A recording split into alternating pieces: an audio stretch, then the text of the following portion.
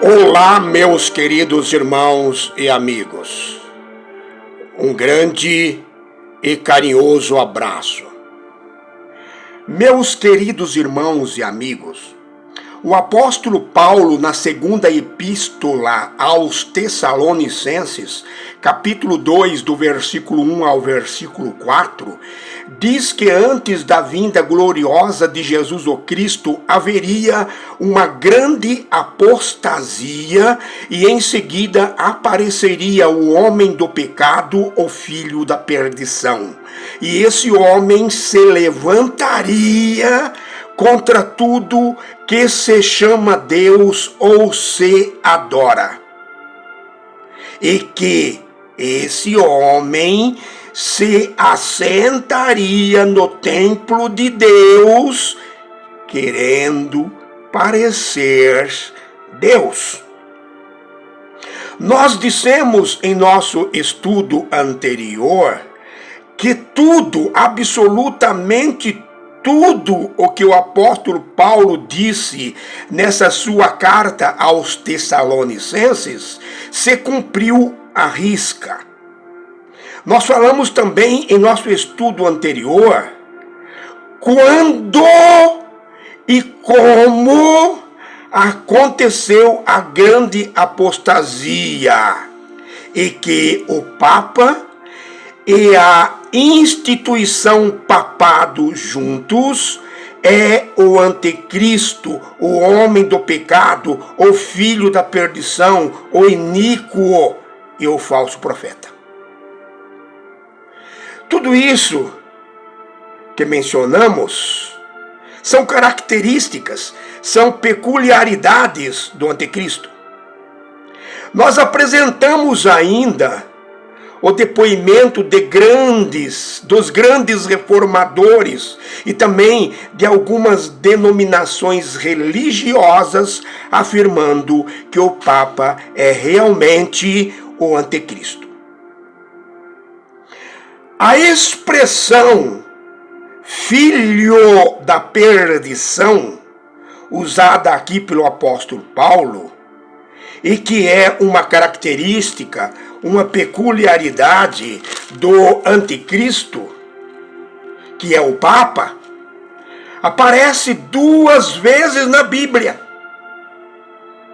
Aparece no Evangelho segundo João, capítulo 17, versículo 12, quando Jesus o Cristo, em sua oração, chama Judas Iscariotes de o filho da perdição, e aparece também na carta do apóstolo Paulo aos Tessalonicenses, capítulo 2, versículo 3, referindo-se ao anticristo.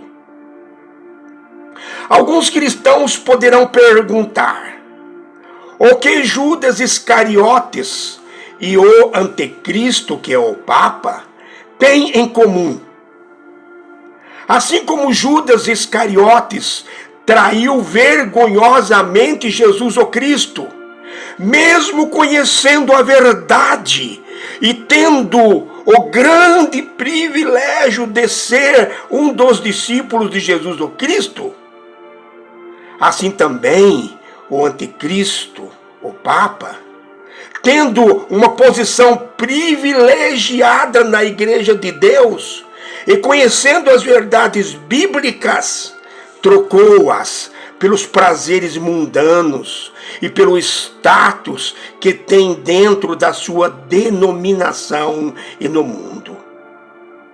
Ele, tal como Judas, traiu vergonhosamente a igreja, permitindo que costumes pagãos, conceitos filosóficos e doutrinas sem respaldo bíblico fossem introduzidos à sã doutrina ensinada por Jesus o Cristo e pelos apóstolos.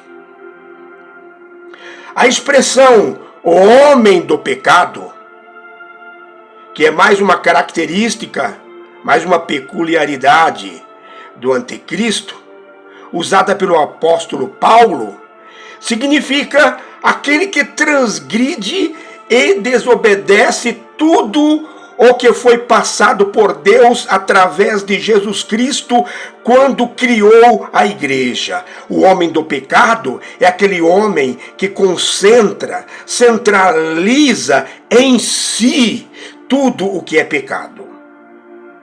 A expressão o iníquo também é uma peculiaridade, uma característica do anticristo, que é o Papa. É usada pelo apóstolo Paulo nesse mesmo capítulo. E significa injusto, perverso, malévolo. Sendo um homem iníquo e plenipotenciário de Satanás, isto é, agente diplomático com plenos poderes de Satanás, o Papa, o anticristo, vem atrapalhando e banalizando o plano de salvação e impedindo a salvação de muitas pessoas. A expressão falso profeta, que está no livro de Apocalipse, capítulo 19, versículo 20, também é uma característica, uma peculiaridade do anticristo, sendo o Papa o vértice, o líder de uma igreja apóstata, que desviou-se completamente das verdades bíblicas. É o falso profeta. Agora surge uma pergunta muito importante. Que templo é esse que se assentou o anticristo, reivindicando adoração e querendo parecer Deus?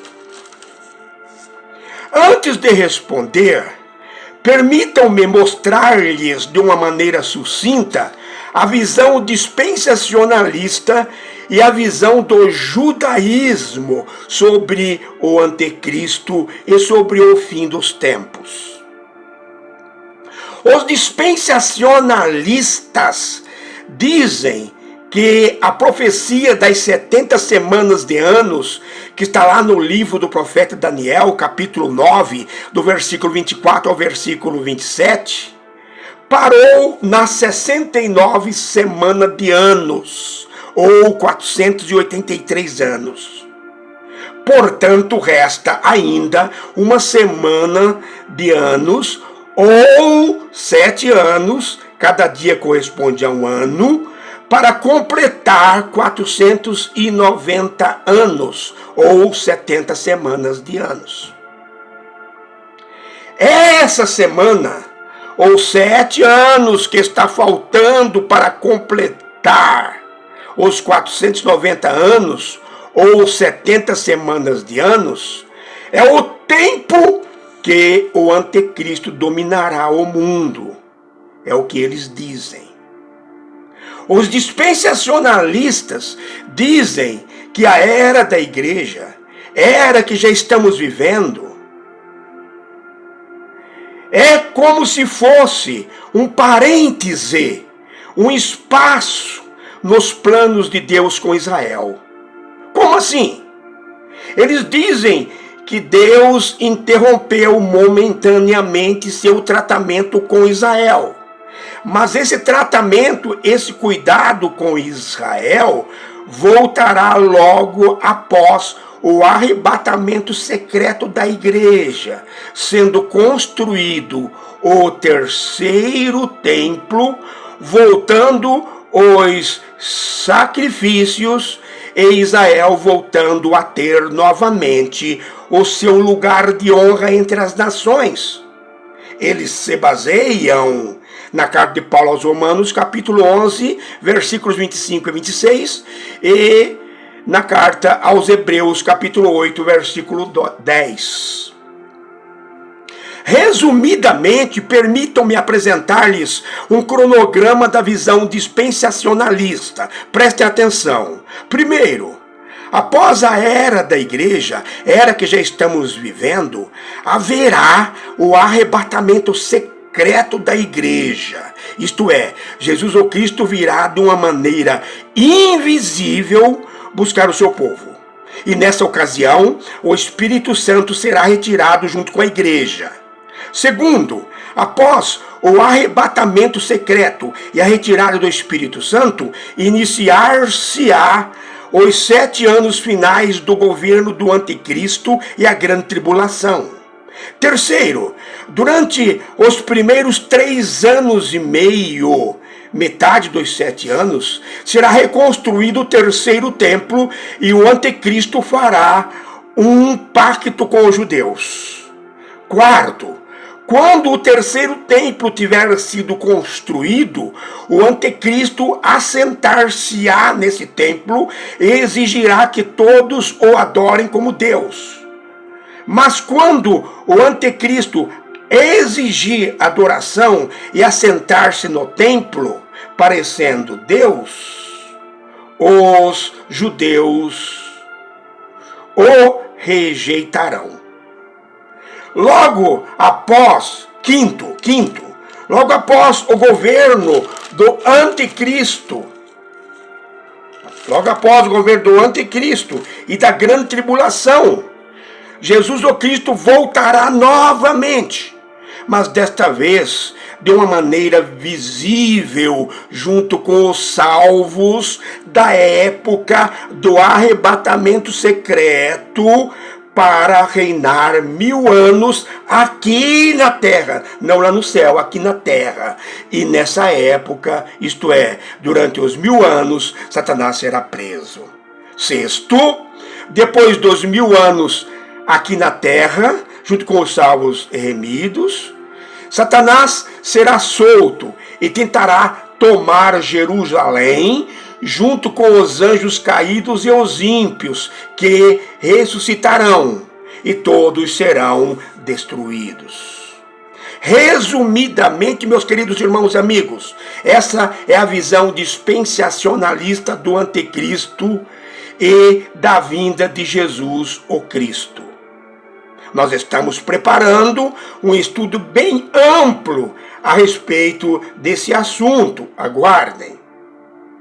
Apesar dessa visão dispensacionalista ser ensinada e defendida por muitas denominações religiosas, sem dúvida nenhuma, carece de uma exegese segura, confiável. Meus queridos irmãos e amigos, prestem atenção no que vou lhes dizer. Primeiro, um império mundial ou um governo mundial jamais será estabelecido novamente, porque todos já foram traçados por Deus através da história. Segundo, essa história ou essa narrativa de que a profecia das 70 semanas de anos parou na 69 semana ou 483 anos, faltando uma semana para completar as 70 semanas de anos ou 490 anos, não é verdade. Não é verdade. A profecia está completa. Está completa. Nós temos em nosso canal no YouTube um estudo completo sobre as 70 semanas de anos, mostrando que a profecia está completa e que não falta nenhuma semana para completá-la. Terceiro, o anticristo apresentado pelos dispensacionalistas não pode ser um judeu. E não pode ser um judeu. E nem fazer pacto com um judeu, porque os judeus já têm o seu anticristo, que é o Messias, que aguardam no 6º milênio, e que tem que ser judeu e da tribo de Davi. Agora nós vamos falar sobre o anticristo do judaísmo. Meus queridos irmãos e amigos, para os judeus, o mundo jamais irá se acabar. Os judeus não acreditam no fim dos tempos. Para os judeus, os 4 evangelhos, as cartas dos apóstolos e o livro de Apocalipse não têm nenhuma importância. Por quê? Porque todos os ensinamentos registrados nos 4 evangelhos, nas cartas dos apóstolos e no livro de Apocalipse foram transmitidos por Jesus o Cristo. E eles nunca aceitaram Jesus o Cristo como sendo o Messias. O judaísmo ensina que após o dilúvio que destruiu toda a humanidade, exceto a família de Noé, Deus fez um pacto com a humanidade de que nunca mais a destruiria. Os judeus acreditam numa nova era, uma era que não haverá mais guerras, catástrofes, desentendimentos, fome, peste, doenças, etc. Enfim, eles acreditam numa era de paz e harmonia, quando o mundo atingirá naturalmente a perfeição. Maimônides, uma das principais figuras intelectuais do judaísmo, disse: a humanidade entenderá que não haverá mais lugar para guerras, perseguições, sofrimentos, injustiças. E esta também é a Agenda 2030 da ONU. Essa era é chamada pelo judaísmo de era messiânica. Mas como vai acontecer essa era messiânica? A era messiânica irá acontecer quando o mundo completar 6.000 anos. Os rabinos ensinam que assim como Deus criou o mundo em 6 dias e descansou no 7º dia, o mundo também terá 6 milênios, e o 7º milênio será o Shabat, será a era messiânica, a chegada do Messias que eles ainda aguardam. E esse Messias, ou anticristo, porque ele é contra Cristo, tem que ser judeu e descendente da tribo de Davi. Com a chegada do Messias,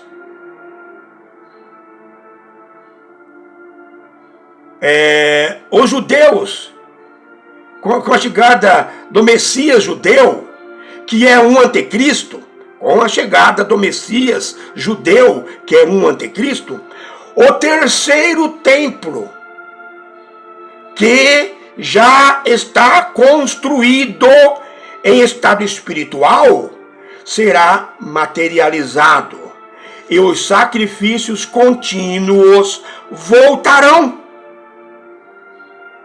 É interessante notar que os judeus já estão se preparando e procurando novilhas vermelhas perfeitas em todo o mundo. Do Texas, Estados Unidos, já levaram 5 novilhas vermelhas. Mas qual é a importância do sacrifício das novilhas vermelhas no sacrifício? As novilhas vermelhas serão queimadas e as cinzas serão misturadas com água e isopo. Isopo é uma planta que existe muito aqui no Brasil também. E depois jogadas para purificar o povo, os sacerdotes, os utensílios do templo e o próprio templo, quando começar a funcionar. A respeito da novilha vermelha, está registrado lá no livro de Números, lá no livro de Números, capítulo 19, versículo 2. Lá fala sobre a novilha vermelha e o que nós estamos falando. Com a construção do 3º templo e com a chegada do Messias que tanto aguardam, que é um anticristo, porque não acredita em Cristo, todos os judeus voltarão à Terra Santa. 40 anos após o retorno de todos os judeus à Terra Santa, começará a ressurreição dos mortos. Primeiros os judeus que morreram na Terra Santa e depois os da diáspora, isto é, dos que estão espalhados pelo mundo. Essa ressurreição será paulatinamente e todos voltarão para a Terra Santa. Meus queridos irmãos e amigos, o anticristo apresentado pelos dispensacionalistas assentará no templo de Deus e exigirá adoração como Deus, mas será destruído após o milênio por Jesus o Cristo. Já o Messias, ou o anticristo apresentado pelo judaísmo, reinará em todo o mundo e eternamente. Nós apresentamos dois anticristos que querem ocupar o lugar do que aí está, que é o Papa. Como podem perceber, parece dois roteiros hollywoodianos. Mas essas duas interpretações, sem dúvida nenhuma, necessita de uma exegese segura, confiável. Agora, para terminar, voltemos à pergunta inicial. Que templo é esse que se assentou o homem do pecado, o filho da perdição, o iníquo, o falso profeta, o anticristo, que é o Papa? Meus queridos irmãos e amigos, qual é a igreja que vem desde os tempos dos apóstolos? Qual é a igreja que foi estabelecida por Deus através de Jesus Cristo? A igreja que vem desde o tempo dos apóstolos é a igreja que recebeu o nome de católica apostólica. A palavra católica vem do grego katolikos e significa universal, que abrange tudo e reúne a todos.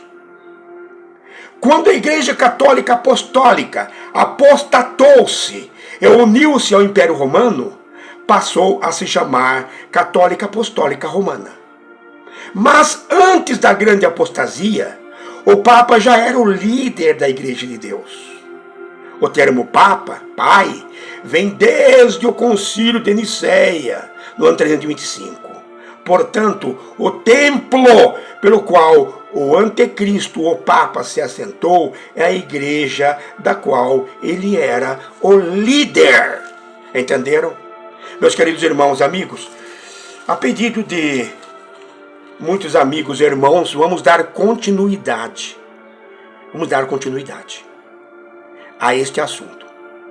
Meus queridos irmãos e amigos, inscrevam-se em nosso canal. Inscrevam-se, dê o seu like e nos ajude neste trabalho. O nosso compromisso é com a verdade. Fiquem com Deus. Um grande abraço.